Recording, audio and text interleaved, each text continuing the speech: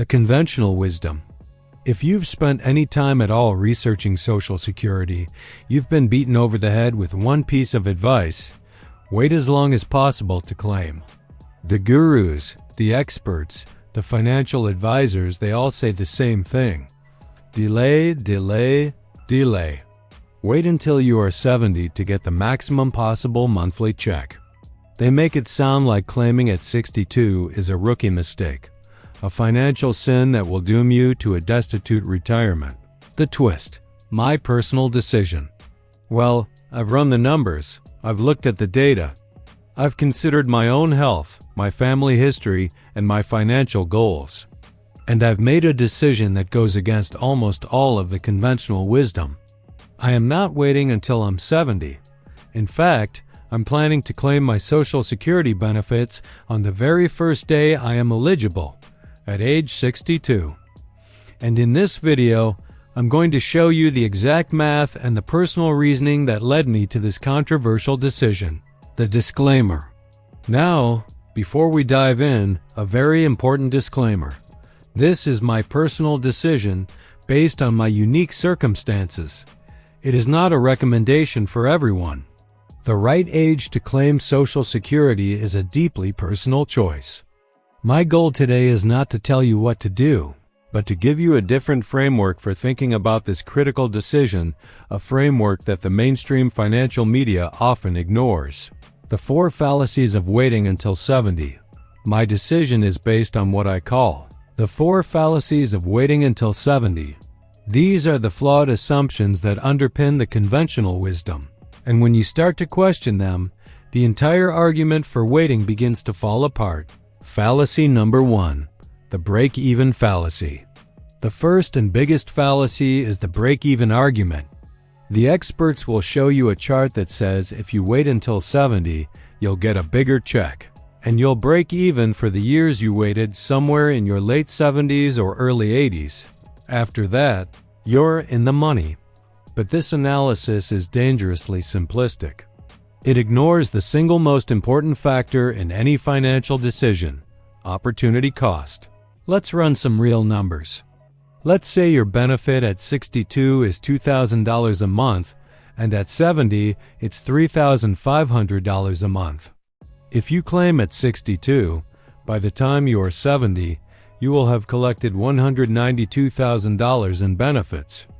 The person who waited has collected zero. Now, what if you invested that $192,000?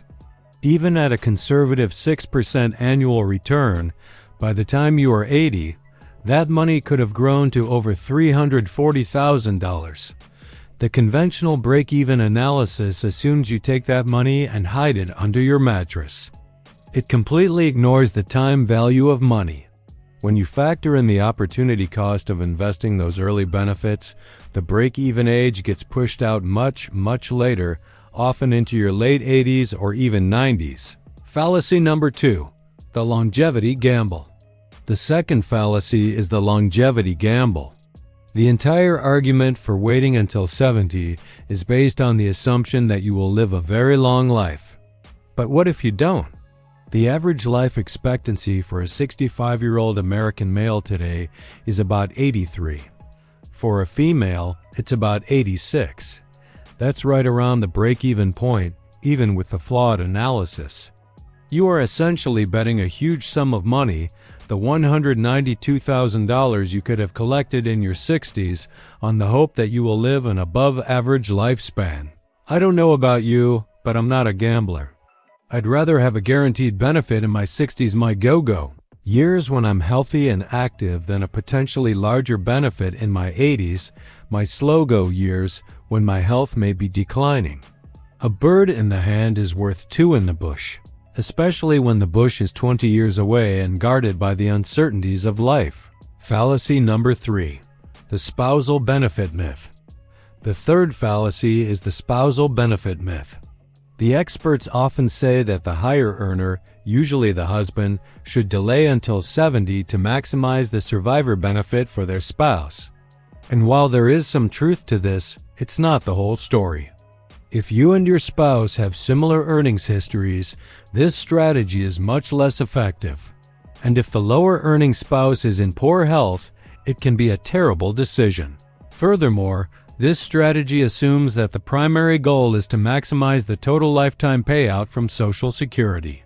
But what if the goal is to maximize your quality of life as a couple in your 60s and 70s? Claiming earlier can provide the cash flow to travel, pursue hobbies, and enjoy your time together while you are both healthy. It's not just a financial decision.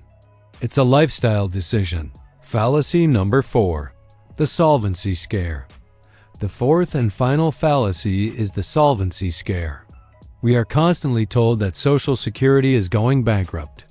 The trust fund is projected to be depleted in the early 2030s, and while this is true, it does not mean that benefits will stop.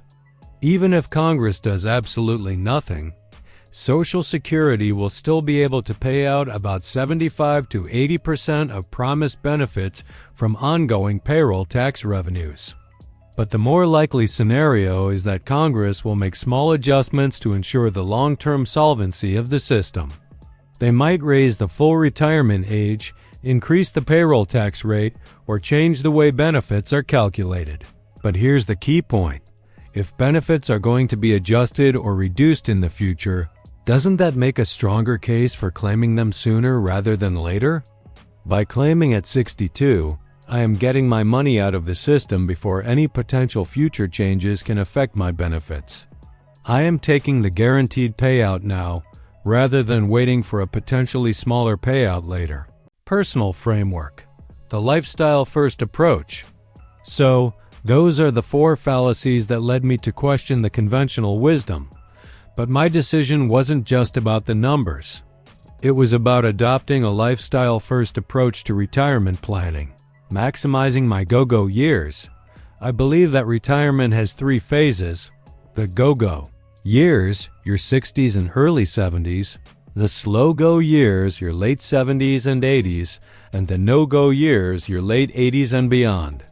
The conventional strategy of waiting until 70 sacrifices your go-go years for the sake of your slow-go and no-go years. I'm choosing to do the opposite. I want to have the financial resources to travel, to be active, and to enjoy my life to the fullest while I am still young and healthy enough to do so. Claiming at 62 provides the cash flow to make that happen. The power of a bridge.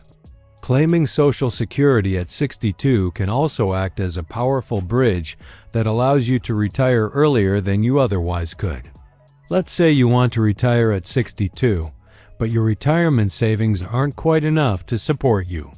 By claiming Social Security, you can create a stream of income that bridges the gap until your other retirement accounts have had more time to grow.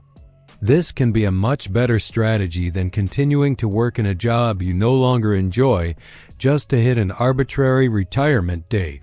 The peace of mind factor. Finally, there is the peace of mind factor. By claiming at 62, I am taking control of my financial future. I am not leaving it up to the whims of the stock market, the decisions of politicians, or the uncertainties of my own future health. I am creating a guaranteed, inflation-adjusted stream of income that will be there for me for the rest of my life. And that peace of mind for me is worth more than any potential extra dollars I might get by waiting. The action plan. How to make your own decision. So, how can you make this decision for yourself? Here are 3 steps to take. Step 1. Get your Social Security statement. Go to ssa.gov and get your most recent Social Security statement. It will show you your estimated benefit at age 62, at your full retirement age, and at age 70. You need to know your numbers. Step 2. Run the numbers with opportunity cost. Don't just look at the break-even age. Use an online calculator that factors in opportunity cost. See how much your early benefits could grow if you invested them. This will give you a much more realistic picture of the trade-offs. Step 3. Have an honest conversation. Sit down with your spouse, if you have one, and have an honest conversation about your health, your family history, and your lifestyle goals for retirement. This is not just a math problem. It's a life problem. The right answer for you will depend on your unique circumstances and your personal values. The empowerment conclusion. The decision of when to claim Social Security is one of the most important financial decisions you will ever make. Don't let the so-called experts bully you into a one-size-fits-all strategy. Do your own research, run your own numbers, and make a decision that is right for you and your family. For me, that decision is to claim at 62. It's a decision that prioritizes my health, my lifestyle, and my peace of mind. And it's a decision I am confident in. I'd love to hear your thoughts on this. Are you planning to wait until 70, or are you considering claiming earlier? Let me know in the comments below. And if you found this video helpful, please subscribe to the channel for more contrarian financial strategies for Generation X. Let's continue the conversation.